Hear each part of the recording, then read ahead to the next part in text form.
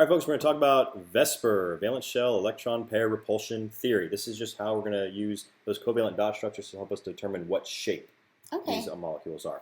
So let's do some examples. Why don't you go ahead and look at your worksheet and tell me what you got. All right, let's start with carbon dioxide, CO2. CO2, great. First thing you got to do is identify what the central atom is. Okay, well, it's usually carbon. Right, it is. We have carbon. So. Absolutely, usually carbon. So I'm going to put carbon with its 4 valence electrons. We're going to go all the way around once before we add pairs. So 1, 2, 3, 4, 5, 6 for oxygen. And the other oxygen over here, 1, and I'm going to do something just a little bit different.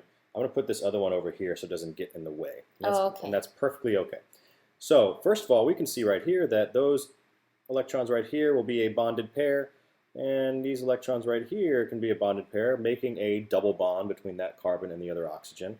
But now we also got 2 more. We can certainly pair these up, and when we make it look nice and clean, we draw 2 bonded pairs between carbon and this oxygen with the 2 lone pairs there, and 2 bonds between carbon and this oxygen over here with 2 more lone pairs. All right, so we have a shape right here that we call linear because it's a straight line.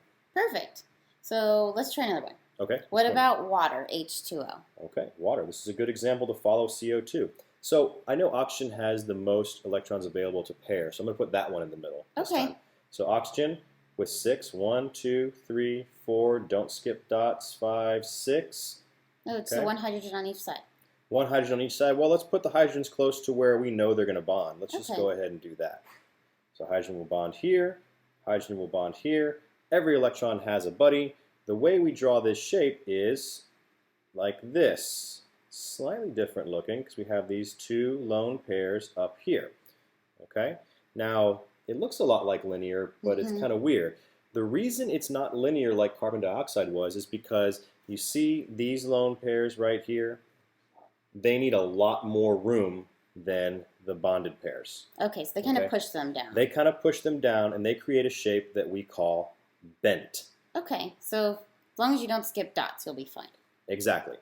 Okay, so what about CH4? CH4, we've seen this one before. We know that carbon has 4 valence electrons. It'll go in the middle, and then we'll have a hydrogen on each side, all the way around. And each of those hydrogen has 1 valence electron. I like it when there's hydrogens. It makes it nice and easy.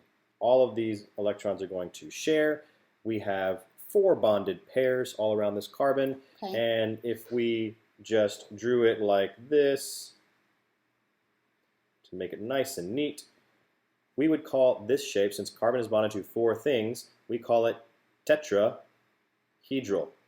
Okay, so just tetra for 4. Tetra for 4, and that's tetrahedral shape right there. Okay, easy enough. So I think we have 2 more. What about BF3? BF3. Or boron trifluoride. Boron trifluoride. Well, boron is going to be in the middle here. It has 3 valence electrons. Okay, and each of the fluorines has, let's see, 1, 2, sorry about that, 3, 4, 5, 6, 7. I made that 7th electron face the other one down there just to make it a little bit easier.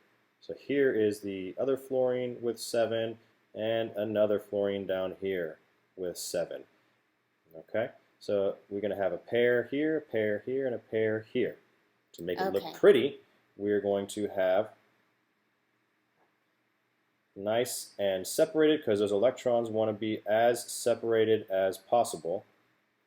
Okay, they don't want to be too close together. They want to have enough room to move around and do what they want. Okay, so this shape right here, we call it trigonal. There's 3 bonded pairs. Trigonal, and since this one is all in the same plane, where it kind of looks like an airplane, we call it trigonal planar. Okay, that's easy enough. Okay, there's another trigonal shape though.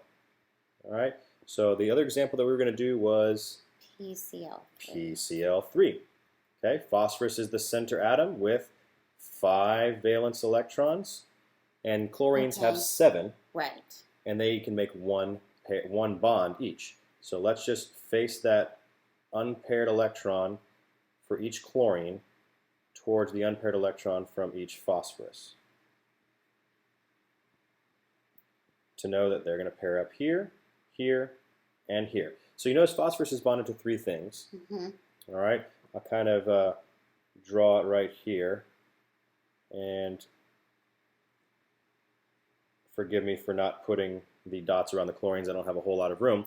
But you see that lone pair right there on top of that phosphorus? Just like in H2O, those lone pairs need a lot more room, so they're going to push those other bonded pairs down. Okay. So if you notice here, look how this looks like the base of a pyramid. Yeah. So we call that trigonal, still 3 bonded pairs, but we call it pyramidal or pyramid. Okay? Okay, so that's different from trigonal planar because of the lone pair of electrons. Because that lone pair on the central atom. Okay, easy enough.